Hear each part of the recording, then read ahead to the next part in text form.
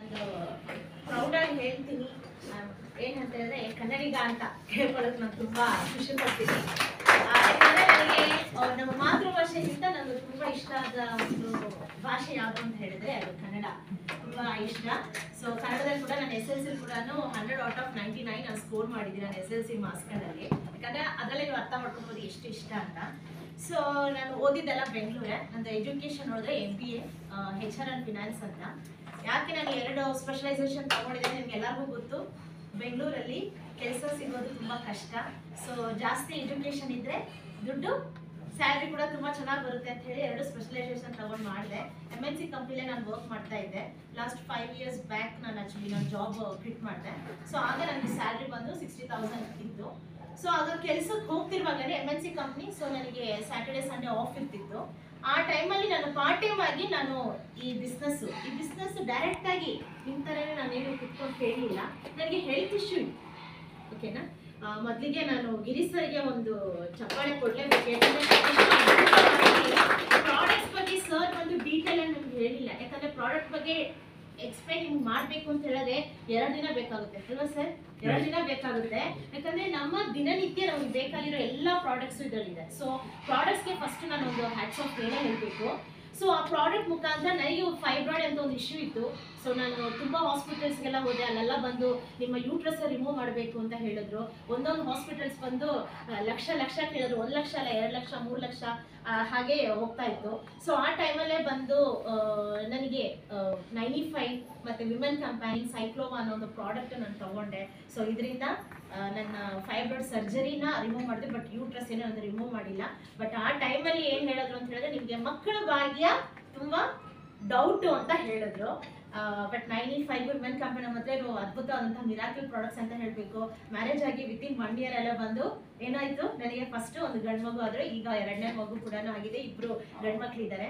So ಈ products ಕೊಟ್ಟಿರೋದು ಬೇರೆ ಯಾರು ಅಲ್ಲ, ನಮ್ಮ ಹಸ್ಬೆಂಡು ದಿನೇಶ್ ಅಂತ. ಅವರು WTC ವರ್ಲ್ಡ್ ಟೀಮ್ ಕೋಆರ್ಡಿನೇಟರ್ ರ್ಯಾಂಕಲ್ಲಿ ವರ್ಕ್ ಮಾಡ್ತಿದ್ದಾರೆ. ಇವತ್ತು ಆ್ಯಕ್ಚುಲಿ ಅವರು ಬರಬೇಕಾಗಿತ್ತು. ಒಂದು ಇಮಿಡಿಯೇಟ್ ಆಗಿ ಒಂದು ತಮಿಳ್ನಾಡಲ್ಲಿ ಒಂದು ಟ್ರೈನಿಂಗ್ RTP ಟ್ರೈನಿಂಗ್ಗೋಸ್ಕರ ಅವರು ಹೋಗಿದ್ದಾರೆ. ಇನ್ನು ನೆಕ್ಸ್ಟ್ ಮೀಟಿಂಗ್ಸ್ಗೆಲ್ಲ ಖಂಡಿತ ಅವ್ರು ಬಂದೇ ಬರ್ತಾರೆ.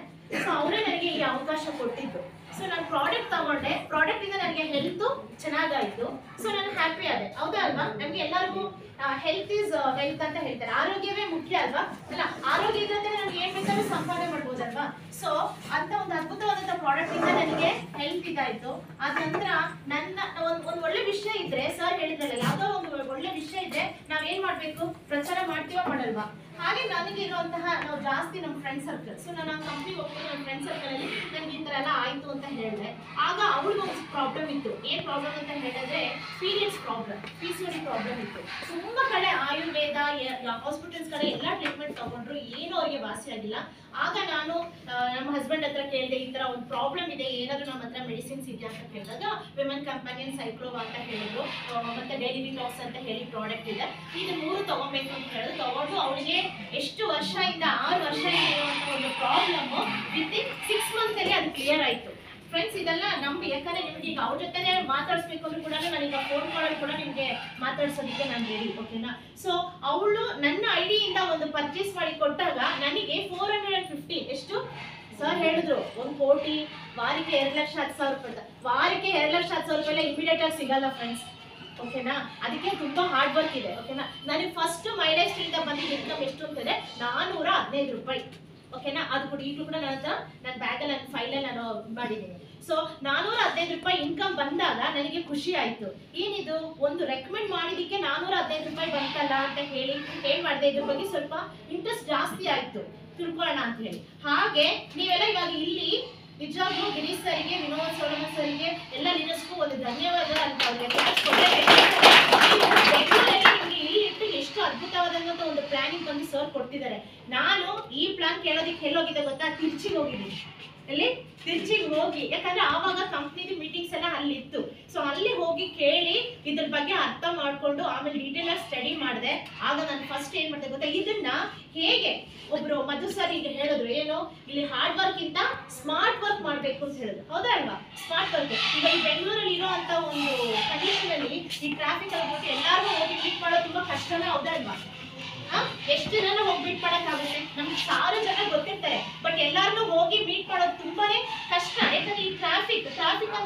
ಎಲ್ಲರೂ ಈಗಲೂ ಕೂಡ ತುಂಬಾ ಜನ ಕರಿತೀವಿ. ಸಿಟಿಲಿ ಪ್ರೋಗ್ರಾಮ್ ಅಂತ ಹೇಳಿದ್ರೆ ಟ್ರಾಫಿಕ್ ನೆನ್ಸ್ಕೊಂಡೆ ಯಾರು ಬರೋದೇ ಇಲ್ಲ, ಹೌದಾ ಅಲ್ವಾ? ಸಿಗೋದು ಒಂದು ಸಂಡೇ ಆದ್ರಲ್ಲಿ. ಸೊ ಅಂತ ಇರೋದ್ರಲ್ಲಿ ನಾನು ಏನ್ ಮಾಡಿದೆ, ಒಂದು ಹೋಮ್ ಶಾಪಿಂಗ್ ಅಂತ ಒಂದು ಕಾನ್ಸೆಪ್ಟ್ ತಗೊಂಡೆ.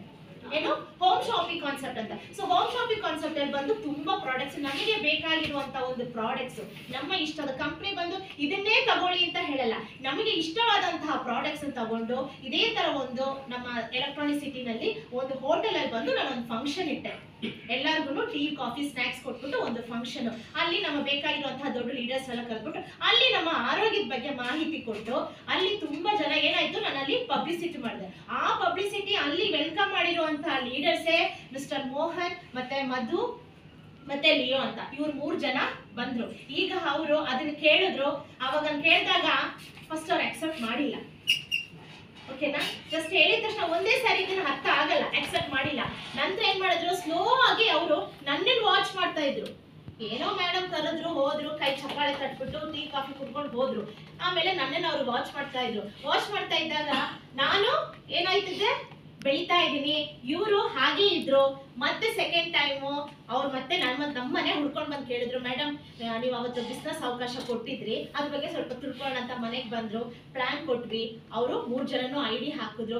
ಈಗ ಏರಿಯಾ ಟೀಮ್ ಕೋಆರ್ಡಿನೇಟರ್ ಅಂತ ಒಂದು ರ್ಯಾಂಕ್ ಅಲ್ಲಿ ಫ್ಯಾಮಿಲಿ ಸಮೇತ ಮಾಡ್ತಿದ್ದಾರೆ. ಅದಕ್ಕೆ ನಿಜ ನಂಗೆ ತುಂಬಾ ಸಂತೋಷ. ನಾನು ಮಾತ್ರ ಅಲ್ಲ, ನಮ್ಮ ಅಸೋಸಿಯೇಟ್ಸ್ ಕೂಡ ಇಲ್ಲಿ ಏನು ಬಂದು ಇಲ್ಲಿ ನಿಂತ್ಕೊಂಡು ಒಂದು ಮೈಕ್ ಹಿಡಿದು ಮಾತಾಡ್ತಿದಾರಲ್ಲ, ಅದಕ್ಕೆ ನಂಗೆ ತುಂಬಾ ಸಂತೋಷ ಆಯ್ತು. ಹಾಗೆ ಇದು ಬರೋದಕ್ಕೆ ಮುಂಚೆ ನಾನೇನ್ ಮಾಡ್ತಿದ್ದೆ ಅಂತಂದ್ರೆ ಸಾಕಷ್ಟು ಬಿಸ್ನೆಸ್ ಮಾಡಿದ್ದೀನಿ. ನಾನು ಸಾಕಷ್ಟು ಬಿಸ್ನೆಸ್ ಅಂತ ಹೇಳಿದ್ರೆ ಸ್ಯಾರಿ ಬಿಸ್ನೆಸ್ ಮಾಡಿದ್ದೀನಿ, ಮತ್ತೆ ಸ್ನಾಕ್ಸ್ ಬಿಸ್ನೆಸ್ ಮಾಡಿದ್ದೀನಿ. ಲಾಸ್ಟ್ ಅನ್ನಿಟ್ಟಿಗೆ ಬಂದು ಒಂದು ಹೋಟೆಲ್ ಅಂತ ಹೇಳಿಟ್ಟೆ, ಕಾಮಧೇನು ಕೆಫೆ ಅಂತ ಇಟ್ಟು ತುಂಬಾ. ಸೊ ಕಾಮಧೇನು ಕೆಫೆ ಅಂತ ಹೇಳಿದ್ರೆ ಹೋಟೆಲ್ ಬಿಸ್ನೆಸ್ ನಿಮ್ಗೆ ಎಲ್ಲರಿಗೂ ಗೊತ್ತಿದೆ, ಹಾರ್ಡ್ ವರ್ಕ್ ಇರುತ್ತೆ ಇಲ್ವಾ?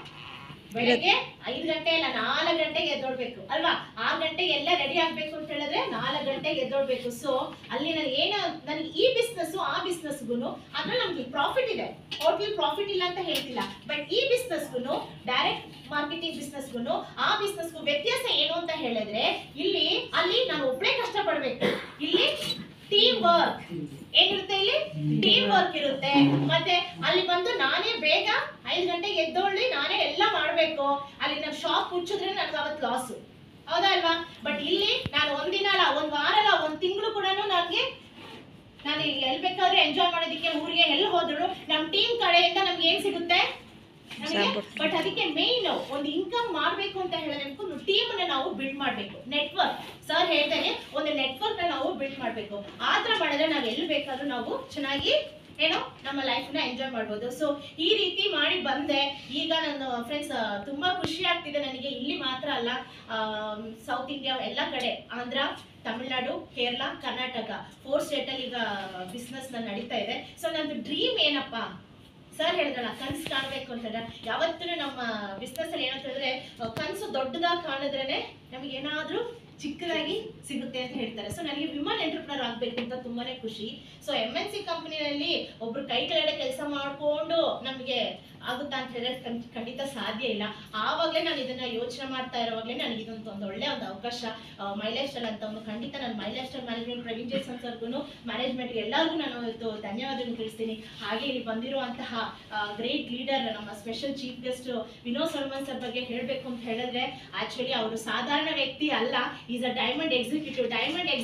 ಡೈಮಂಡ್ ಅಂದ್ರೆ ವಜ್ರ ಅಂತ ಗೊತ್ತು, ಡೈಮಂಡ್ ಅಂದ್ರೆ ತುಂಬಾ ಪ್ರೆಷಿಯಸ್ ಅಂತ ಎಲ್ಲರಿಗೂ ಗೊತ್ತು, ಹೌದಲ್ವಾ? ಅದೇ ರೀತಿ ನಮ್ಮ ಕಂಪನಿಲಿ ಇರುವಂತಹ ಒಂದು ಟಾಪ್ ಪ್ರೆಷಿಯಸ್ ರ್ಯಾಂಕ್ ಅಂತಾನೆ ಹೇಳ್ಬೋದು. ಅಂತ ಒಂದು ಡೈಮಂಡ್ ಎಕ್ಸಿಕ್ಯೂಟಿವ್ ಬೆಂಗಳೂರಲ್ಲಿ ನಮ್ಮನ್ನ ಹುಡ್ಕೊಂಡು ಆ ವ್ಯಕ್ತಿ ಇಷ್ಟು ದೂರ ಬಂದಿದ್ದಾರೆ ಅಂತಾರೆ. ಇಲ್ಲಿರೋರು ಎಲ್ಲರೂ ಬೆಂಗಳೂರಲ್ಲ, ನಾನು ಸೌತ್ ಅಲ್ಲಿ ಬಿಸ್ನೆಸ್ ಮಾಡ್ತಾ ಇದ್ದೀನಿ ಅಂತ ಹೇಳಿದೆ. ಬಟ್ ನಮ್ಮ Vinod Solomon sir international level ಅಲ್ಲಿ ಕೂಡ ಬಿಸ್ನೆಸ್ ಇದೆ. ಅವ್ರಿಗೆ ಎಷ್ಟು ಮನೆಗಳಿದೆ ಅಂತ ಅವ್ರಿಗೇನೆ ಗೊತ್ತಿಲ್ಲ. ಯಾಕಂದ್ರೆ ಇವತ್ತು ನಾನು ತುಂಬಾ ಈಗರ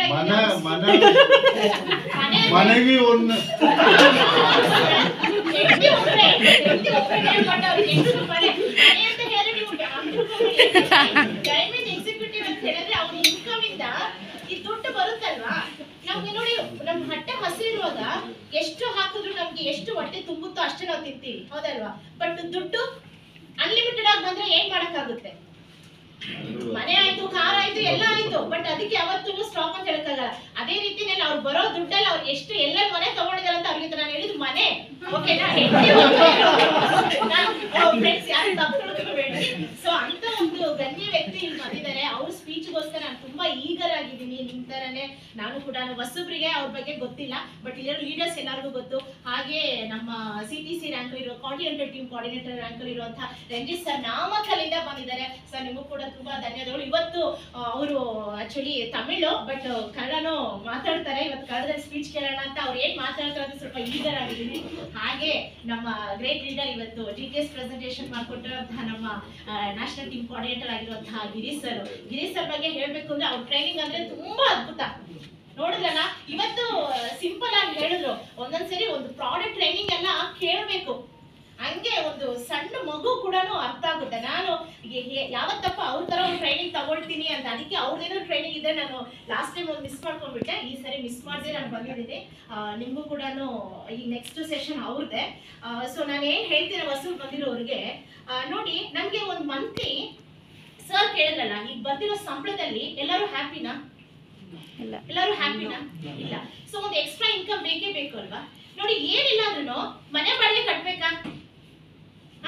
ಕುಡಿಯೋ ನೀರು ಕೂಡ ನಾವು 35 ರೂಪೀಸ್ ಕ್ಯಾನು, ಹೌದಲ್ವಾ? ಮೊಬೈಲ್ ಮನೆಯಲ್ಲಿ ಎಷ್ಟು ಮೊಬೈಲ್ಸ್ ಇರುತ್ತೆ? ಒಂದು 4 ಮೊಬೈಲ್ ಆದ್ರೂ ಇದ್ದೇ ಇರುತ್ತಾ? ಹಸ್ಬೆಂಡ್ ವೈಫ್ ಮಕ್ಕಳು ಅಂತಿದ್ರೆ ಇರುತ್ತಾ? ಅದಕ್ಕೆ ಮೊಬೈಲ್ ರೀಚಾರ್ಜ್ ಮಾಡೋದು ಎಷ್ಟು? 300 ರೂಪೀಸ್ ಕಡಿಮೆ ಇದೆಯಾ?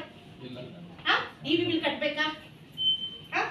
ಏನಿದ್ರು ಏನಾದ್ರೂ ಒಂದು ವರ್ಷಕ್ಕೆ ಒಂದು ಬಟ್ಟೆ, ಏನಾದ್ರೂ ಒಂದು ಬರ್ತ್ಡೇ ಆಗ್ಲಿ, ಇಲ್ಲಾಂದ್ರೆ ಏನೋ ಹಬ್ಬಗಳು ಬಂದ್ರೆ ಎಲ್ಲದಕ್ಕೂ ಏನ್ ಬೇಕು? ಹಣ ಬೇಕು. ಸೊ ಈ ಖರ್ಚುಗಳೆಲ್ಲ ನಮಗೆ ಏನಾಗುತ್ತಾ, ಬರೋ ಸಂಬಳದಲ್ಲಿ ನಮಗೆ ಸಾಲಲ್ಲ ಅದಲ್ವಾ? ಸೊ ಅದರಲ್ಲಿ ಒಂದು ಬಾರಿಗೆ ಒಂದು 10,000 12,000 ರೂಪಾಯಿ ಬರುವಂತ ಒಂದು ಅವಕಾಶ ಕೊಟ್ಟಿದ್ದಾರೆ, ಹೌದಲ್ವಾ? ಅದು ಮಾಡ್ಬೋದಲ್ವಾ? ಒಂದು ಟ್ರೈ ಮಾಡ್ಬೋದಲ್ವಾ? ನಷ್ಟ ಏನಿಲ್ಲ ತಾನೆ? ನಷ್ಟ ಏನಿಲ್ವಲ್ಲ. ನೀವು ಹೊರಗಡೆ ಹೋಗಿ ತಗೊಳ್ಳೋದು, ನೀವು ಸೆನ್ಸೋಡಿನ್ ಪೇಸ್ಟ್ ತಗೊಳ್ತಾ ಇದ್ದೀರಾ, ಇಲ್ಲ ಹರ್ಬಲ್ ಪೇಸ್ಟ್ ತಗೊಳ್ಳಿ. ಇಲ್ಲಿರೋ ಎಲ್ಲರೂ ಹಲ್ಲು ಜೋರು ಅಂತ ನಂಬ್ತೀನಿ. ಎಲ್ಲರೂ ಹಲ್ಲು ಜೋರೆ ಅಲ್ವಾ? ಬೆಳಗ್ಗೆ ಎದ್ದಿದ ತಕ್ಷಣ ಸೆನ್ಸೋಡಿನ್ ಕಂಪನಿ ಅವ್ರು ಏನಾದ್ರು ಕೊಡ್ತಿದಾರಾ? ಏನು ಕೊಡ್ತಿಲ್ಲ. ಹರ್ಬಲ್ ಪೇಸ್ಟ್ ತಗೊಳ್ಳಿ. ಹರ್ಬಲ್ ಪೇಸ್ಟ್ ತಗೊಂಡ್ರೆ ಮೈಲೇಜ್ ನಿಮಗೆ ದುಡ್ಡು ವಾರ ನಿಮ್ಮ ಅಕೌಂಟಿಗೆ, ಬ್ಯಾಂಕ್ ಅಕೌಂಟ್ ಕೊಡ್ತಾರೆ. ಅದು ಸೆಟ್ ಆಗಿಲ್ಲ ಅಂದ್ರೆ ರೆಡ್ ಪೇಸ್ಟ್ ತಗೊಳ್ಳೋಣ. ಅದು ಸೆಟ್ ಆಗಿಲ್ಲ ಅಂದ್ರೆ ರೆಡ್ ಪೇಸ್ಟ್ ತಗೊಳ್ಳಿ. ರೆಡ್ ಪೇಸ್ಟ್ ಇಲ್ಲ, ನನಗೆ ಕ್ಲೋಸ್ ಅಪ್ ತರ ಜೆಲ್ ತರ ಇರಬೇಕು, ತುಂಬಾ ಸ್ಮೆಲ್, ಅದೇ ಅಡ್ವರ್ಟೈಸ್ಮೆಂಟ್ ಬರುತ್ತಲ್ಲ ಅಂತ ಪೇಸ್ಟ್ ಬೇಕು, ಅದು ಇದೆ. ಶಾಂಪೂ, ಡ್ಯಾಂಡ್ರಫ್ ಶಾಂಪೂ ಇದೆಯಾ? ತುಂಬಾ ಹೊಟ್ಟಿದ್ಯಾ? ಅದನ್ನ ತಗೊಳ್ಳಿ. ಕೂದಲು ಚೆನ್ನಾಗಿ ಬರಬೇಕು. ಅಯ್ಯೋ ಬಾಲ್ಡಿರೋರಿಗೆ ನೋಡಿ, ವಂಶ ಪಾರಂಪರೆಯಿಂದ ಬಾಲ್ಡಿರೋರಿಗೆ ಕೂದಲು ಬರಲ್ಲ, ಏನೋ ಕೂದಲು ಹೋಗಿರುತ್ತೆ ನೋಡಿ, ಈ ಹೆಲ್ಮೆಟ್ ಅದೆಲ್ಲ ಹಾಕಿ ಹೋಗಿರ್ತಾರಲ್ಲ ಅಂತದ್ದು, ಇಲ್ಲ ಉದುರು ಇರುವಂತಹ ಕೂದಲುಗಳು ಬರ್ಬೇಕು ಅಂತ ಹೇಳಿದ್ರೆ ನಮ್ಮ ಆಲ್ ಅಂಡ್ ಆನ್ ಬ್ರಿಂಗರಾಜ್ ಆಯಿಲ್ ಯೂಸ್ ಮಾಡಿ. ಪ್ರಾಡಕ್ಟ್ ಅಷ್ಟು ಅದ್ಭುತವಾಗಿದೆ. ನೀವು ನಾನು ಏನ್ ಹೇಳೋದಕ್ಕಂತಂದ್ರೆ, ಒಂದು ಆಗೋದಿಕ್ಕೆ, ಇಲ್ಲ ಡಿಸ್ಟ್ರಿಬ್ಯೂಟರ್ ಆಗೋದಿಕ್ಕೆ ಕಂಪ್ನಿ ಏನು ಕೇಳ್ತಿಲ್ಲ. 0% ಏನು 1 ರೂಪಾಯಿ ಕೂಡ ನೀವು ಕೊಡುವಂತ ಅವಶ್ಯಕತೆ ಇಲ್ಲ. ಅಂದ್ರೆ ಏನಾದ್ರೂ ಪರ್ಚೇಸ್ ಮಾಡ್ಬೇಕು, ನೀವು ಹೊರಗಡೆ ಹೋಗಿ ಪರ್ಚೇಸ್ ಮಾಡೋದು, ಈ ಕಂಪ್ನಿನ ಪ್ರಾಡಕ್ಟ್ಸ್ ಪರ್ಚೇಸ್ ಮಾಡಿ, ನೀವು ಮನೆಗೆ ಬೇಕಾಗಿರೋ ಪ್ರಾಡಕ್ಟ್ಸ್ ತಗೊಳ್ಳಿ, ಯೂಸ್ ಮಾಡಿ. ಚೆನ್ನಾಗಿದೆಯಾ? ಅದನ್ನ ರೆಕಮೆಂಡ್ ಮಾಡಿ. ರೆಕಮೆಂಡ್ ಮಾಡೋದ್ರಿಂದ ನಿಮ್ಗೆ ಏನ್ ಸಿಗುತ್ತೆ? ಅವ್ರು ಯೂಸ್ ಮಾಡ್ತಾರೆ, ಅವ್ರು ಚೆನ್ನಾಗಿದೆ ನಿಮ್ ಪ್ರಾಡಕ್ಟ್ ಅಂತ, ಅವ್ರು ಇನ್ನೊಬ್ರಿಗೆ ರೆಕಮೆಂಡ್ ಮಾಡ್ತಾರೆ, ಮಾಡಲ್ವಾ? ಅವ್ರು ಪರ್ಚೇಸ್ ಮಾಡಿದಾಗ ನಿಮ್ಗೆ ಇನ್ಕಮ್ ಅಂತ ಬಂದಿಲ್ವಾ? ಹೌದಲ್ವಾ? ಸೊ ಈ ರೀತಿ ಮಾಡ್ದಾಗಿದ್ದ ಸಿಂಪಲ್ ಸ್ಮಾರ್ಟ್ ಆಗಿ ವರ್ಕ್ ಮಾಡಿ, ಪ್ರಾಡಕ್ಟ್ಸ್ ಯೂಸ್ ಮಾಡಿ. ಆಮೇಲೆ ನೀವೇ, ಅವ್ರು ಹೇಳಿದ್ರಲ್ಲ, ನಾವು ಯಾರು ತನುಜಾ ಮೇಡಮ್ ಹೇಳಿದ್ರು, ನಾವೇ ಹುಡ್ಕೊಂಡು ಹೋಗೋದು ಬೇಡ, ಕಸ್ಟಮರ್ಸೇ ಹುಡ್ಕೊಂಡ್ ಬರ್ತಾರೆ ಪ್ರಾಡಕ್ಟ್ ಕೊಡಿ ಅಂತ. ಎಲ್ಲ ಸೋಪ್ ಇಂದ ಹಿಡಿದು, ಟಾಯ್ಲೆಟ್ ಕ್ಲೀನರ್ ಇಂದ ಹಿಡಿದು, ಹೆಲ್ತ್ ಬೇಕಾಗಿರೋ ಎಲ್ಲ ಪ್ರಾಡಕ್ಟ್ಸ್ ನಮ್ಮ ಹತ್ರ ಇದೆ. ಇದೆಲ್ಲ ರಿಸಲ್ಟ್ ಇದೆಯಾ ಅಂತಂದ್ರೆ, ಎಲ್ಲ ಯಾವುದೇ ಪ್ರಾಡಕ್ಟ್ ತಗೊಂಡು ರಿಸಲ್ಟ್ ಬಂದಿದ್ಯಾ ಮೇಡಮ್ ಅಂತ ಹೇಳಿದ್ರೆ ರಿಸಲ್ಟ್ ಕೊಡೋದಕ್ಕೆ ನಾವು ರೆಡಿ, ಲೀಡರ್ಸ್ ಎಲ್ಲ ರೆಡಿ. ಅದೇ ರೀತಿ ಪ್ರಾಡಕ್ಟ್ಸ್ ತಗೊಂಡು ಖುಷಿಯಾಗಿರೋರು ಇದ್ದಾರೆ, ರಿಟೇಲಿಂಗ್ ಮಾಡಿರೋರು. ಸೊ ರಿಟೇಲಿಂಗ್ ನಾನ್ ಮಾತ್ರನೇ 6 lakh rupees ಫಸ್ಟ್ ಇಯರ್, ಒಂದೇ ವರ್ಷದಲ್ಲಿ 6 ಲಕ್ಷ ಪ್ರಾಡಕ್ಟ್ಸ್ ನಾನು ಸೇಲ್ ಮಾಡಿ, ನನಗೆ ಆಗಿಲ್ಲ, ಕಸ್ಟಮರ್ಸ್ ಜಾಸ್ತಿ ಆದ್ರು, ನನಗೆ ಪ್ರಾಡಕ್ಟ್ಸ್ ತಲುಪ್ಸಕ್ ಆಗ್ಲಿಲ್ಲ. ಆವಾಗ ನಾನು ಒಂದು ಪ್ಲಾನ್ ಮಾಡಿದೆ, ಓಕೆ ಒಂದು ಟೀಮ್ ಅನ್ನು ಬಿಲ್ಡ್ ಮಾಡೋಣ ಅಂತ ಹೇಳಿ ಟೀಮ್ ಅನ್ನು ಬಿಲ್ಡ್ ಮಾಡಿದೆ. ಅವಾಗ ಏನಾಯ್ತು, ಅವರು ಕಸ್ಟಮರ್ಸ್ ನ ಹುಡ್ಕೊಂಡು ಹೋಗಿ ಎಲ್ಲರಿಗೂ ಕೊಡ್ತಿದ್ದಾರೆ. ಸೊ ಹಾಗಾಗಿನೇ ಟೀಮ್ ಬಿಲ್ಡ್ ಮಾಡಿನೇ ಈಗ 4 ಸ್ಟೇಟ್ ಅಲ್ಲಿ ಬಿಸ್ನೆಸ್ ನಡೀತಾ ಇದೆ. ಫಸ್ಟ್ ಆಫ್ ಆಲ್ ಈ ಅವಕಾಶ ಕೊಟ್ಟಿರುವಂತಹ ನನ್ನ ಹಸ್ಬೆಂಡ್ ವಿನೇಶ್ ಸರಿಗೆ ಬಂದು ನನ್ನ ಧನ್ಯವಾದ ತಿಳಿಸ್ತಾ ಇದ್ದೀನಿ. ಹಾಗೆ ಎಕೋ ಚೇಂಬರ್ ಇರುವಂತಹ ಎಲ್ಲಾ ಲೀಡರ್ಸ್ ಕೂಡ ನಾನು ಧನ್ಯವಾದ ತಿಳಿಸ್ತಾ ಇದ್ದೀನಿ. ಹಾಗೆ ಬಂದಿರುವಂತಹ ನಮ್ಮ ಸ್ಪೆಷಲ್ ಚೀಫ್ ಗೆಸ್ಟ್ ಆಗಿರುವಂತಹ ವಿನೋದ್ ಸವರ್ಣ ಸರ್ ಕೂಡ ನನಗೆ ತುಂಬಾ ಸಂತೋಷ ಆಗ್ತಿದೆ ಸರ್.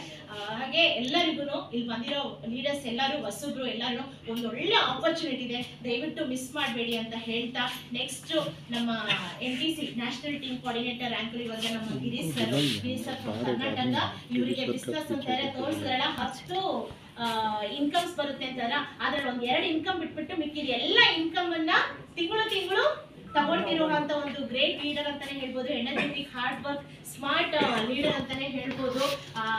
ಪ್ಲೀಸ್ ವೆಲ್ಕಮ್ ಸರ್, ನಿಮ್ಮ ಸ್ಪೀಚ್ ಹೇಳೋದಕ್ಕೆ